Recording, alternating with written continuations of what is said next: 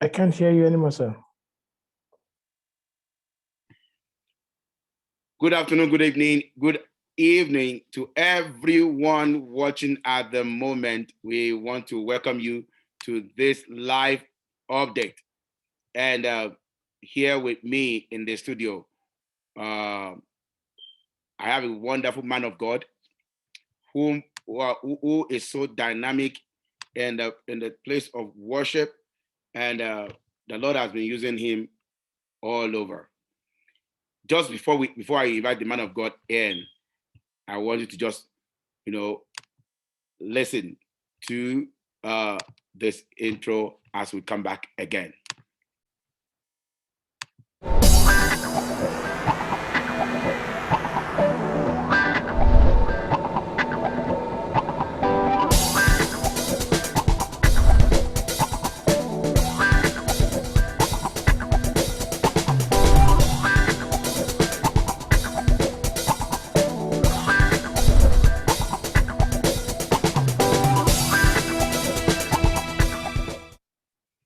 You are welcome again to your program update, where we share ideas and we allow God to use us for other people that are also watching out there around the world. I want to welcome you this hour to a special episode of the update. Here with me this morning or evening, depending on where you are watching from, I have in this studio with me a minister of God, a friend, a brother, and who is dynamic in the area of worship. Welcome with me, Agboola Shadare. Hello, man of God. Thank you for inviting me, sir. I am so blessed to have you. I'm so honored, sir. This time around on the hair. But the last time when we met was was during our anniversary. Yes. And I know definitely you God actually used you so well for us during that time. Amen. And I bless God for your life. I thank God for what God is doing in your life and your ministry. Amen. Yes, sir. So will you just introduce yourself to the audience? Yes. I'm so honored to be on this program. I've been looking forward to this program for over a week now. And my name is Agboola Shadare.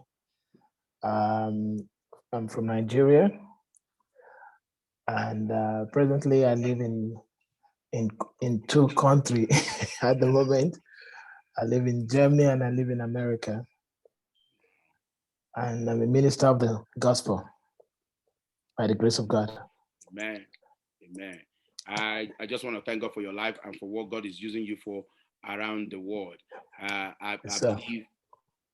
I believe God has actually made you to be a vessel that will reach out to many nations around the globe. Glory to God. Can you just tell us how your ministry started? Yeah, thank you. Everything actually started about 20, let me see. You're talking about full-time in ministry, right? When the music started? Oh, the music himself. Yes. That was a long time ago. As we're talking about 1982, actually, to be precise, And that's about how many years now? 39 years now? Wow. Yes, I started 39 years ago. And God has been so faithful, and it wasn't easy. So, and, I started playing, they call it samba those days. You know what they call samba? Yes, sir. Yes, I started with samba. From there, actually, no, let me go back. I started with shakers, with shekere. Then I graduated to samba. Then from there, I started playing drums. Wow. And I played drums for a minute because I actually love playing drums, actually, even up to date, but I don't think I have the energy anymore. But I started with drums. Then from there, I pick up bass guitar. Wow. The funniest thing is that when I pick up the bass guitar, my friend does this. You know, it's so funny that I remember those days when you wanted to shine. You prefer to play like lead instrument, like so because people doesn't see it, they don't recognize bass player, even though the bass is one of the most important instrument, in music. So, but people they don't actually recognize that because if you don't play lead instrument, you believe you're not doing anything. So, because of that, I decided to pick up guitar. So I pick up guitar. Along the line, I started playing keyboard too. So basically, my journey started in 1982. Because if I started telling you, I don't think we're going to leave here. I'll be. So basically, the journey started in 1982. Wow. So if I will ask you, how did it start? Is it kind of inherited?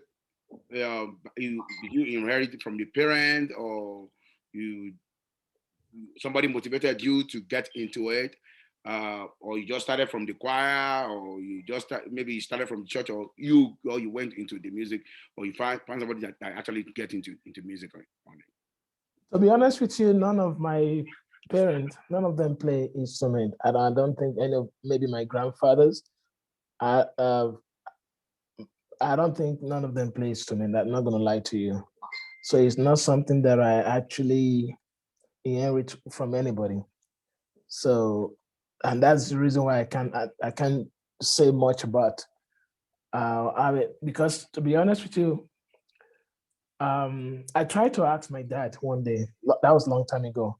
If anyone will actually play music, even it doesn't matter. It can be akuba, it can be anything. But to my surprise, none of them actually played anything. So I didn't inherit anything from anybody. Wow. So what actually motivated you into music, whereby you started picking up all the music from every angle? to be honest with you, it's just natural. I just fall in love with music. I just love the sound of music. You know, it doesn't matter what any, I remember those days when I was a little boy. Um, I just love music. I'm telling you, because of me, I think I destroy about 3 radio in my house. You know, they keep buying it and I keep destroying it because I just love music. And my father. The funniest thing is that my dad actually discovered it. It discovered that this guy, anytime that he's playing music, he's always happy. So he even decided to buy me a samba with that 4 corner stuff. Yeah. He bought me one because I grew up in CNS. I was born in CNS. So my garment then I used to destroy it because I used to use it to play drums. Yeah. So he decided to buy me one, and every other thing is a story now. Yeah. I'm sorry, man of God, before we go further, I think I tried to share the link. A lot of people, they were saying I should send it again. I don't know, maybe they didn't get it. Oh, the link on Zoom, or the link for the Facebook? For Facebook. Okay. Yeah. I'm sending it out to you right now. you should be able to get it in just a minute. Okay. I don't know if you got it. So that's Facebook, right? Yeah, that's for the Facebook. For people joining on Facebook, you can actually join on Facebook right now. Okay. If they are watching on Facebook.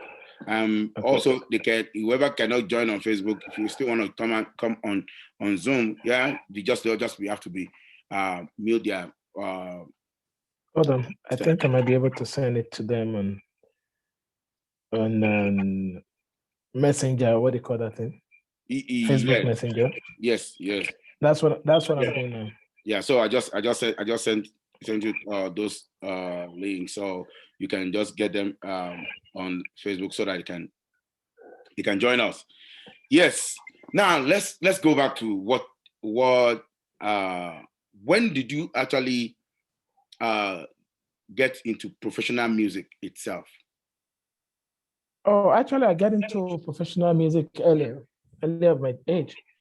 I got into professional around 85, something like that, because I started playing in. Of course, I play a little in club, both church and club, in and out.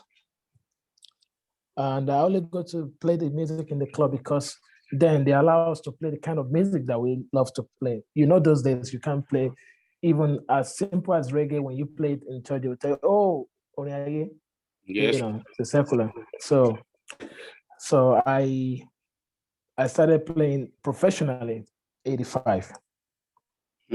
So 85. Now, since you started and you started playing in the church, right? Yes. Now, within that, was your first song? What would be your first record that you know that yes, that's what my first album? Because there are people that are probably might have heard your song, but they don't know you. They might, maybe if you, by the time you make mention of your, oh, that's my work, you know, they will say, oh, that's the man that actually sang that song. So what happened? What's your first record or your first music that you produced or that you recorded? That I produced. Okay, you're talking about the production. Yeah. Okay. You know, the funniest thing is that those days we only produced churches. Yes. You understand? So I can't even remember the first one. I'm not going to lie to you because I know those days in the north. I was born in the north, so I grew up in the north, Kano to be precise. Sorry, I'm trying to watch these people to make sure that they're getting this thing right. Still finding it difficult. Anyway, so I can say one of my first album that I produced was with CAC was sang. Okay. Obadare's church. I remember then in Kano. We went to Zaria to produce the album then. I think that was the first one. And probably maybe before then, I used to play, like I said to you, I used to play drums those days. And I remember one of my mother, she's like a mother to me. And she's a mother to one of our legend, I can say is a legend, and Dr. Soji Israel. You know, his mom, I used to play drums for her. Then I remember, yes. That's another album. And to be honest with you, I did a lot of production that I can't even remember because that was in the 80s. Then fast forward to in the 90s, I've worked with few names like Dele Bangboye and let me see. Um,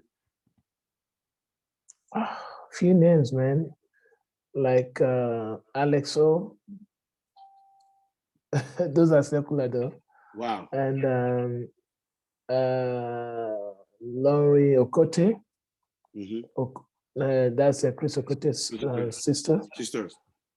Yeah, and a lot of them like that. A To lot of be them. honest with you, I don't really keep track Now, like that.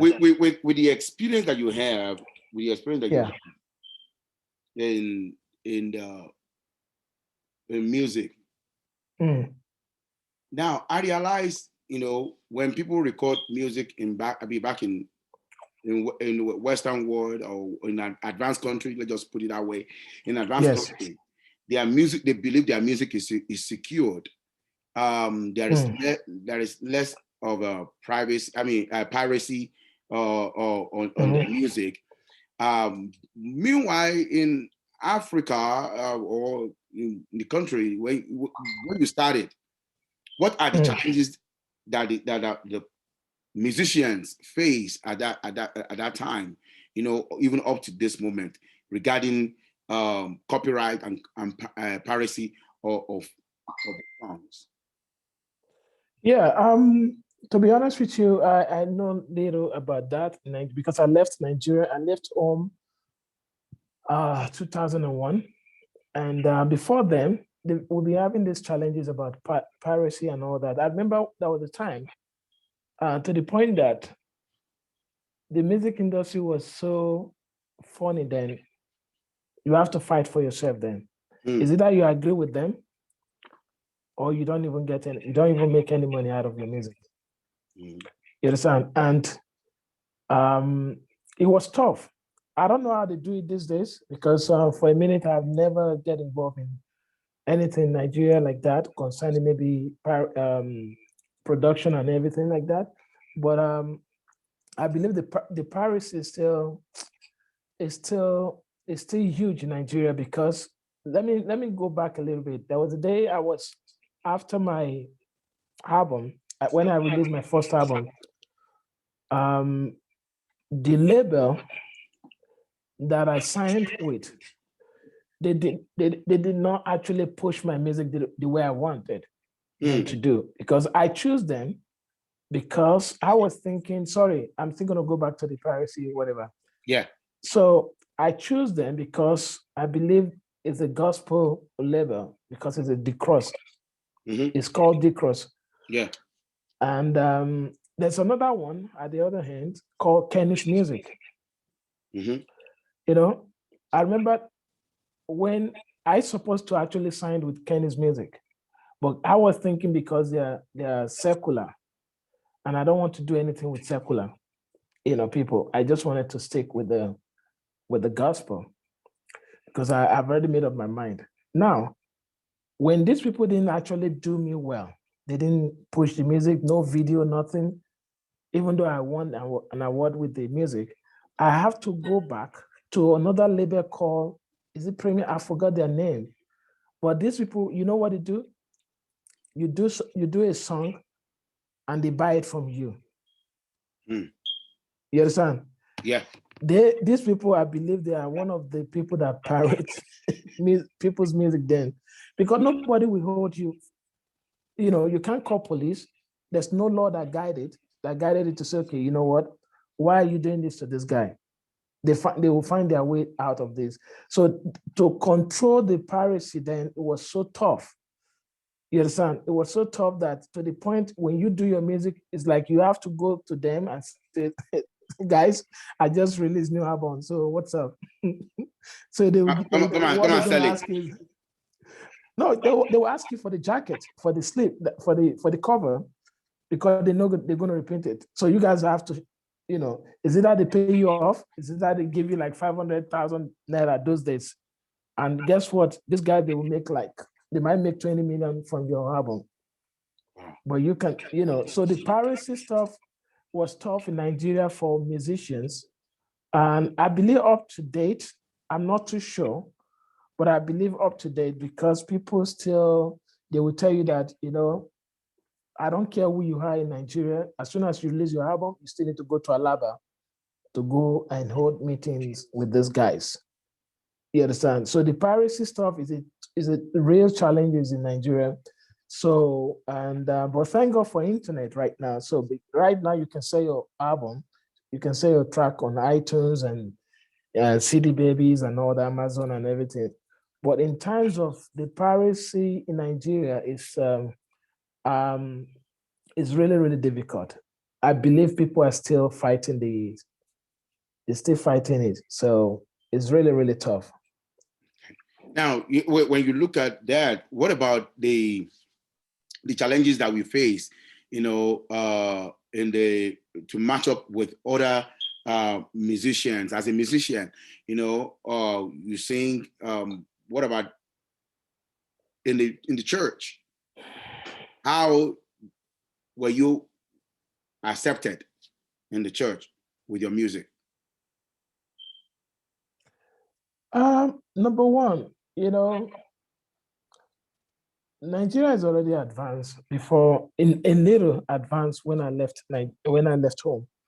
Um, and I just want to thank some pastors that make this thing easy for good musicians. People like, of course,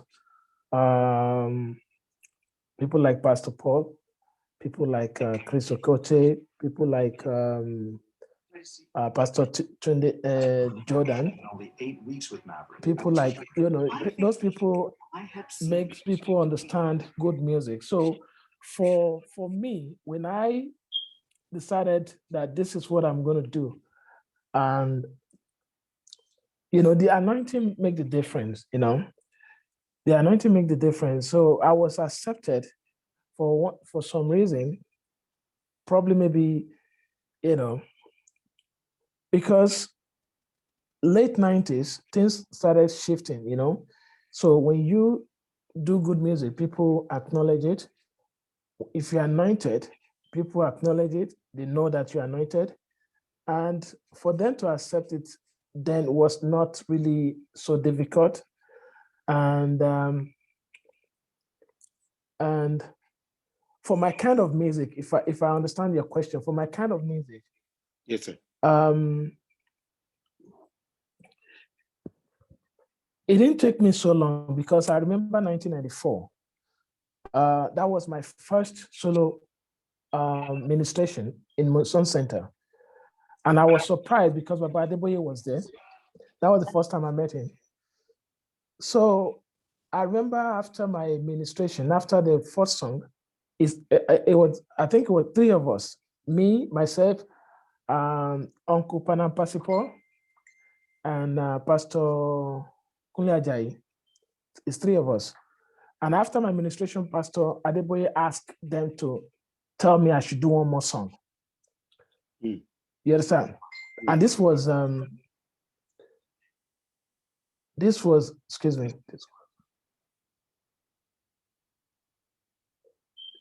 Okay, people can't actually see what is going on Facebook. Sorry about that. I just need to tell you. They're finding it difficult to get into this thing. Okay. Yeah, go ahead. I'll you fix it. Okay. Yeah. So ever since then, my music has been accepted since 1994. And those are the signs that I see that I say, you know what? It's time for me to go full-time ministry. And ever since then, God has been so faithful. And everywhere I go, they want me to come back. The power of God always move. And because I love God so much, when I worship God from my heart. So I was so blessed. My music was accepted just like that. I didn't actually struggle with it. I'm not going to lie to you. Wow. So when we look at the way God helped you with that with the music, and blessed you with alongside with the way people accepted it in the ministry and also in the now the kind of people that God bless you with, like you may mention of some people, some pastors who actually people like Pastor Paul Adefarasin, and you may mention one other pastor as well. Do we still have that kind of motivation in our society right now? If you count the days, the years that you started right now, we'll be looking at nothing less than 20 years back. Now, in the recent time, what is happening to our young musicians leaving the church, seeking for help elsewhere? That's a very tough question, and I might actually eat some nails. So if I wanted to go into details, yeah, go ahead, because it's just going to help somebody. Because the thing is this: I want you to understand something about this situation. When I mentioned pastor's name, I did not say maybe all of them helped me. What I said is that it's because their standard. You understand? The standard of the kind of music that they wanted in their ministry, helps people like us, myself, Sammy, and all of us those days. That's what so I just wanted to clarify that. So now the reason why, if you talk about nowadays, why guys leave church to go to secular, is very simple. It's not that so difficult. It's a personal opinion though. It's the personal decision. Let me put it that way. Because for me, I know I have the calling. Number one, you have to have the calling. You understand? Mm-hmm. You have to have the calling. There's no way if I have the calling and one pastor will make me quit doing what God asked me. It's not possible. Because I'll continue to do it. It's not the one that called me. That's number one. So, and again, grace. We all carry grace, right? And sometimes some people they don't have the grace of patience, being patient sometimes. And our men of God these days, they are not making it easy for them either. You understand? Let's look at this way. How can you have someone serving in your church, at your church, and the person has been there for 5 years, is the praise and worship leader, right? I'm just, to be fair with this guy, I'm just trying to clear something and this guy is the brand owner of the house, is the one paying the junior ones school fees, taking care of the mother and the father, maybe. And one day, of course, he's going to get married. And the same guy has been in the same church for 4, 5 years, 6, 7 years. And the only thing he's asking the church is that, please, I wanted to do live recording. And this is something that will better this guy's life, that will push his music, that will push his face out there, for him to be able to accomplish his dreams and whatever. Guess what? Some pastor will say no. You understand? So when you turn that kind of person down like 1, 2, 3, 4 times, what do you think is going to happen? And let's say maybe a promoter just happened to hear him sing one time and just say, man, you can sing. All you need to do is to do an inspirational music. You don't have to curse. You don't have to say bad words. Just do an inspiration, because they're not going to tell you that you're going to sing secular. First thing they're going to tell you, they'll tell you inspirational. And inspirational can be a story about something, And when you sing inspirational, anybody can listen to inspirational music. Both secular guy, both gospel guy. Audience, rather. And this guy will now go to studio. Before he even gets to the studio, they've already given him 2 million naira. Bam, take. And before you started, they started asking driver, take him home, go and pick him up. And these are the stuff that is not getting at church. I'm talking about big church. I'm not talking about small church. Of course, you don't expect much from a small church, but church from like 2, 3, 4,000 to 10,000, you expect some stuff. So if that guy if that kind of guy come across a promoter like that, what do you think is going to happen? It's going to switch. So after that first album, and it now happened that the album just hit. You know what they're gonna tell him? They say, you can talk about love, no big deal. Just don't say any crazy stuff. Just talk about love, how you can love your woman, how you can love. And before you know, the guy will just do that one. And that one happened to eat again. What do you expect? You understand? So the Gradually, guy has already, it's you going. understand? It's gone already. So that's the reason why, even let's go back to someone that is not singing. Let's talk about the musician right now, playing like keyboard player, drummer, bass player. It's the same thing applies to them. Okay, if you are, it's very, I don't know. You see, this is a question that I actually don't like get involved in because I'm very passionate about it. And if I go deeper, I'm going to offend a lot of men of God. I'm going to offend a lot of men of God, and which I believe some of them that they are the reason why a lot of guys find themselves in funny situation, playing secular and all those things. But at the same time, if you have a calling, that's why most of the time, as a musician, as a church musician, you can't just be ordinary musicians. You should be able to study the word of God, sing, for you to understand who God is, what God has for you, you know, because most of them too, they just go to church to play. That's why you find you go to a church, you see a musician during the preaching time, they were talking. You hardly can find a musician that will tell you that this is the series my pastor is teaching. This is the series my pastor has been teaching for the past 2 months. You understand? You hardly can find a musician that will tell you that too. So it goes that way. So that's the reason why. And like I said, but the majority part of it is that the pastors too, they still have a lot of job to do. If we don't want to lose people in the kingdom to the other side, they need to actually um, pay attention to the music ministry.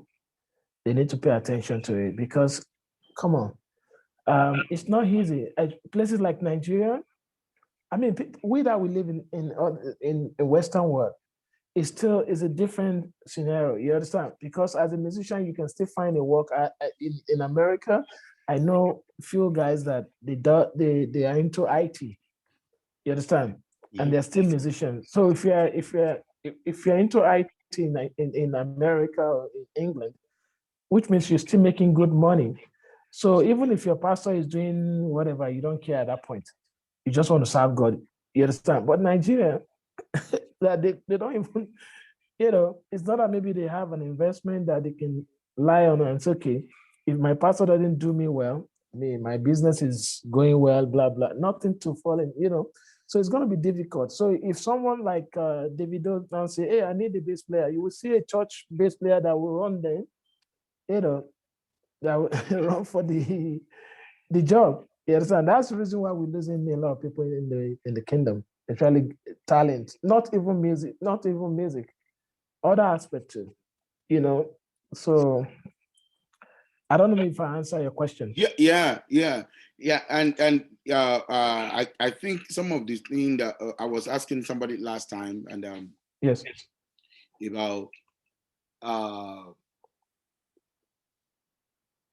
a way to discover talented and gifted musicians, and some have good voice, they have good songs that have been written, but yet they have not they've not been able to produce it because nobody has ever found them.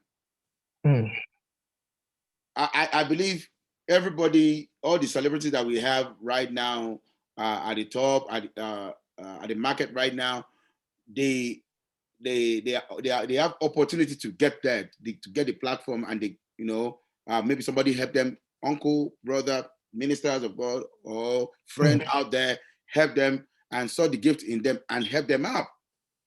There are other people that are also in some areas whereby now they are still struggling. If I can just get somebody to just, hear my song, and be able to produce me. You understand?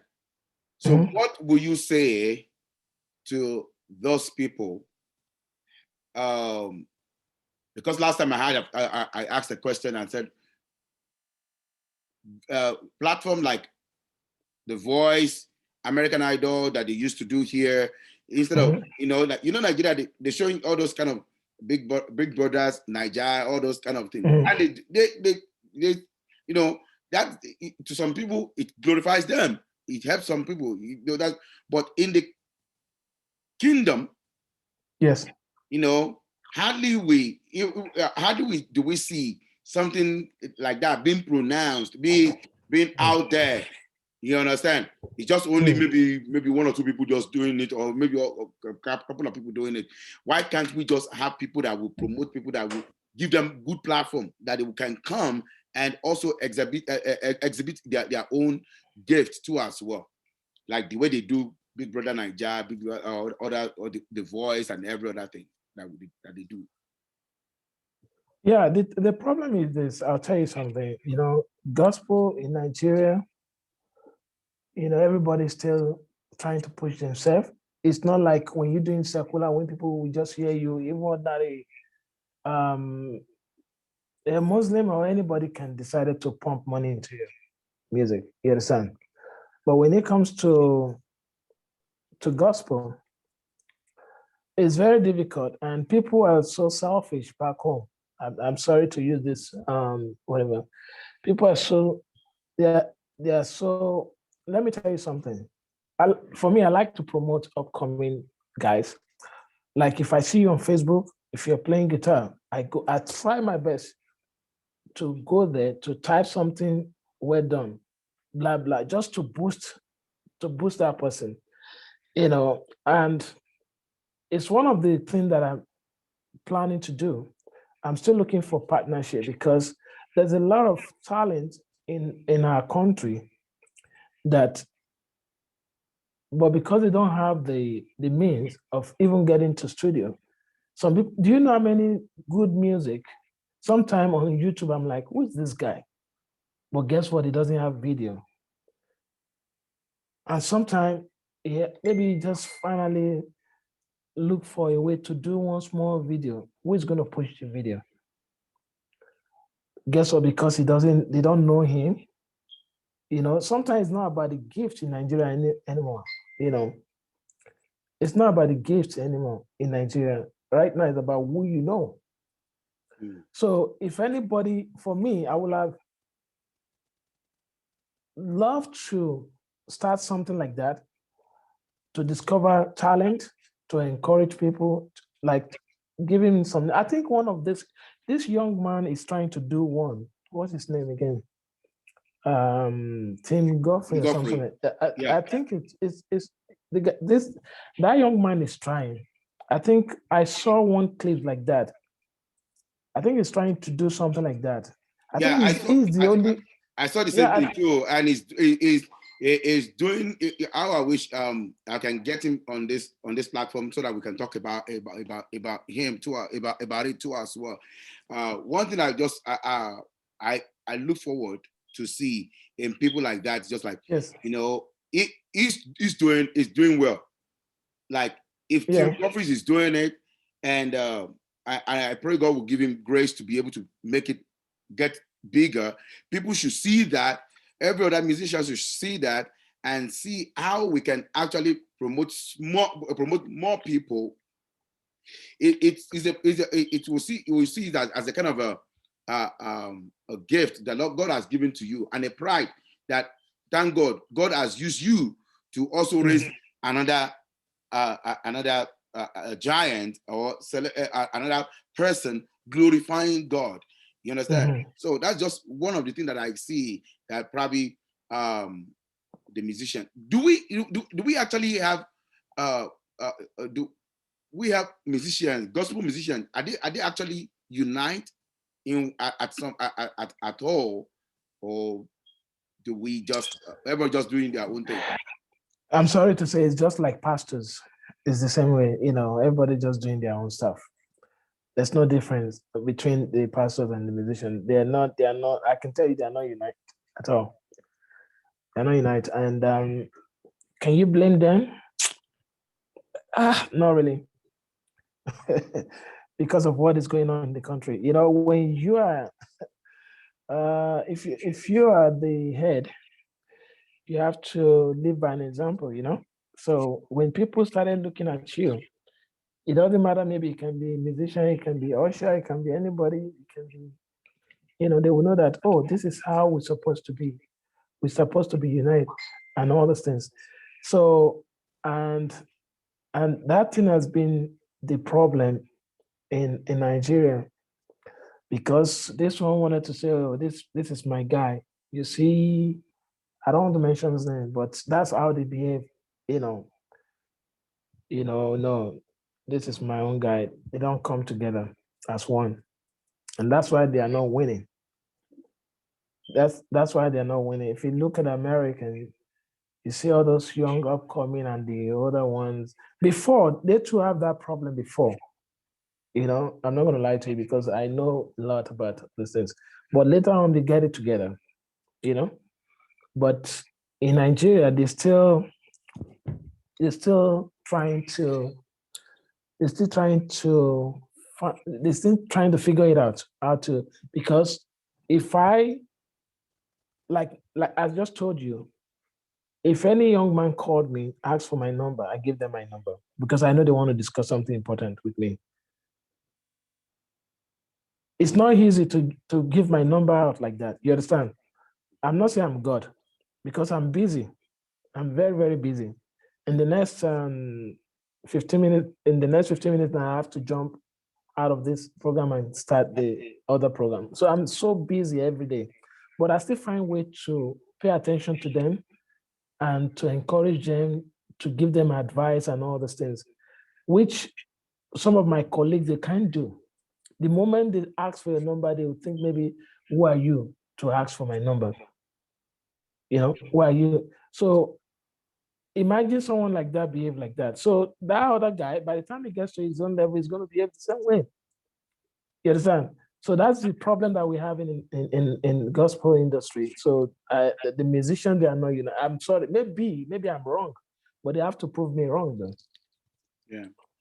Yeah. Because before I have just two more questions before we wrap up, and one of the things that this program is for, I said it, God gave me this vision when COVID started, and Yes. it's just for us to narrow down the wide gap that we have in between us, and to be able to preach the same message, but it's like you are preaching from a far distance, and another one from far distance.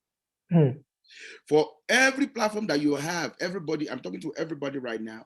For every platform that you have, God gave you that platform before the platform become as the platform is getting bigger, you become that's to see how much God is doing. But you must not forget that your days of humble beginning, where you started from, you understand? Yes. So you must be able to relate with the top, with as the same way you relate with the top, you have to still come down to the same people at the bottom, because there must be communication between both the top and the one at the bottom too as well. Because the one at the bottom must not remain at the bottom.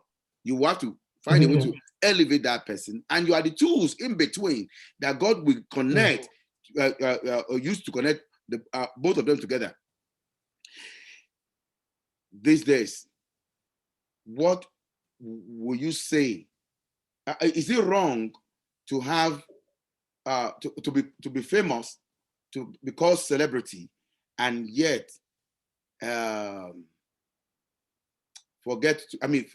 it difficult to relate with the upcoming? It's just one of the things that I just mentioned at the last thing that I said about, last time when you and I discussed something, I said to you, I said I don't like fame.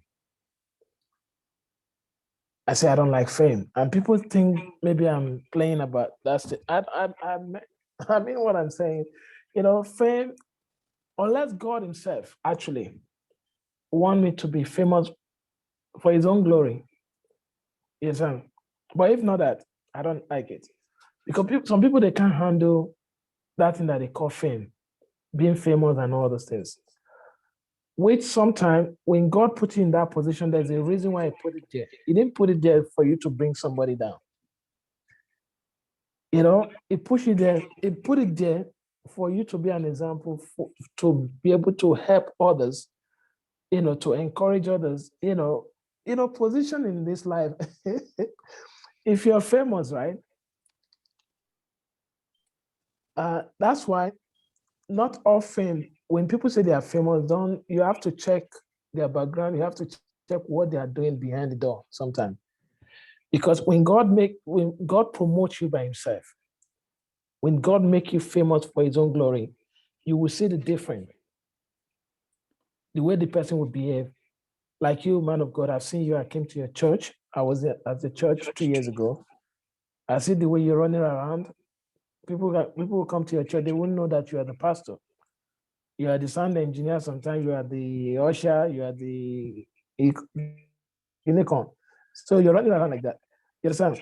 Some people in America that you and I lead for the side of the church, trust me, those are the people that even when praise and worship is going on, they're not going to be at church. They will come after the praise and worship because they are the Alpha and Omega of that church at that point.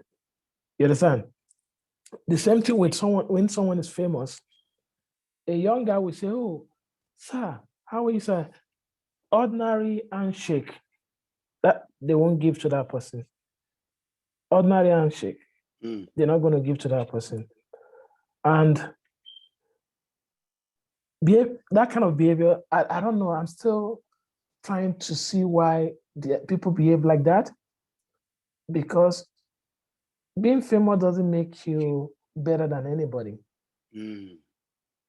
Yes, sir. That doesn't make you better. I used to tell people a billionaire can be a billionaire, and a poor man or average man, that doesn't mean that you're better than that average man because that average man might be healthy, and a billionaire is not healthy.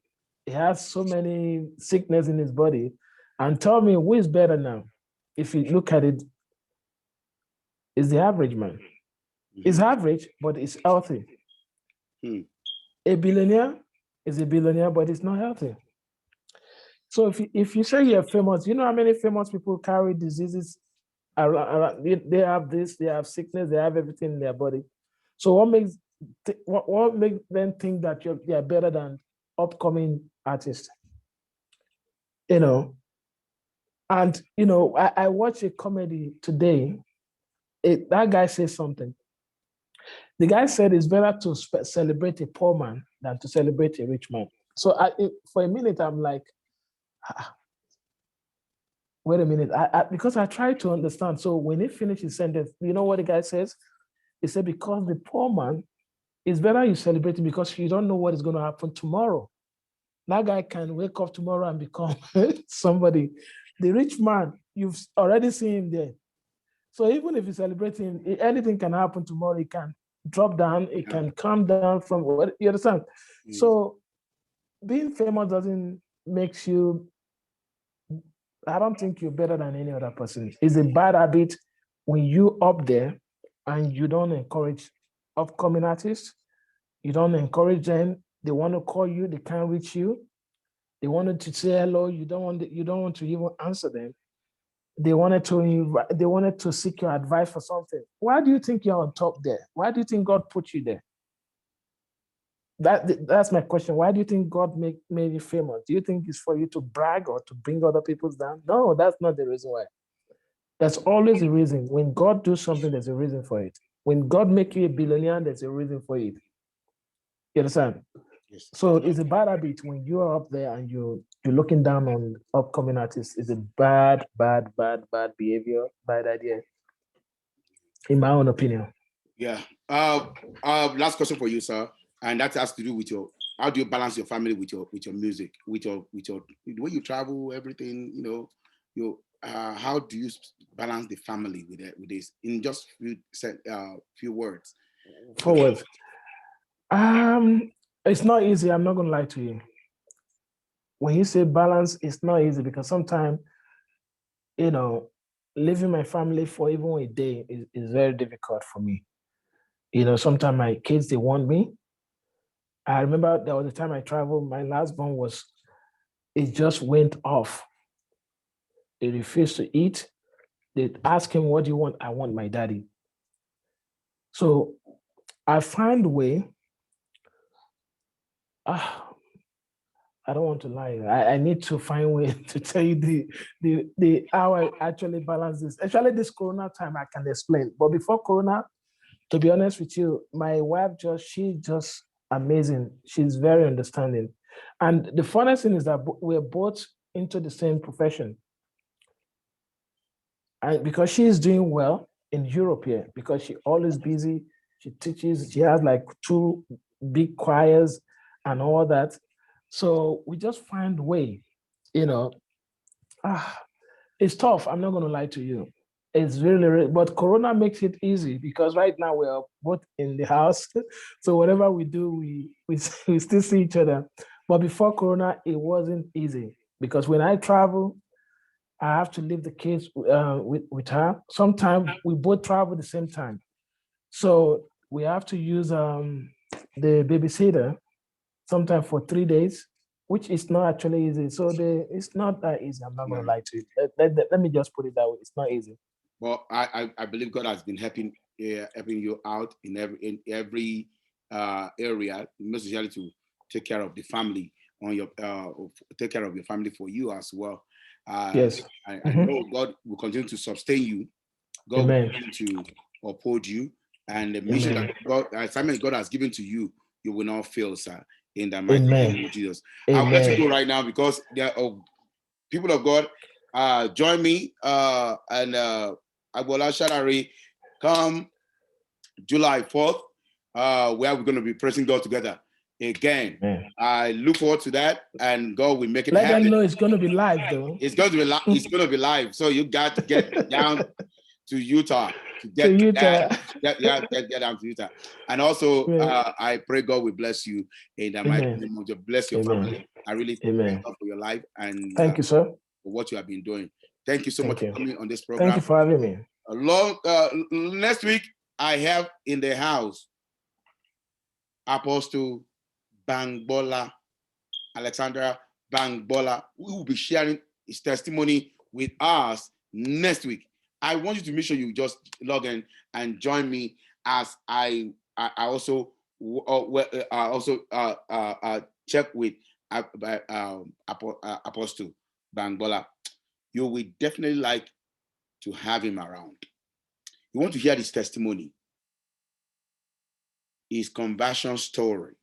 You want to hear it, and I know it's going to bless you. So I want to welcome you, and I and also encourage you to join me next Tuesday. Next Tuesday, as we listen, it's a special episode on update. You know, yeah, Apostle Bangbola has been on this program. He used to be a former camp president, camp president for Lagos State, and he was there on this program last year, and now we want to hear another part of him, which happened to be his story, the testimony of his conversion. You don't want to miss it. I remain the anchor of this program, Femi Ojo, and I look forward to see you again next week. Thank you so much for joining us today, and I look forward to see you again whenever we come up on this program. God bless you.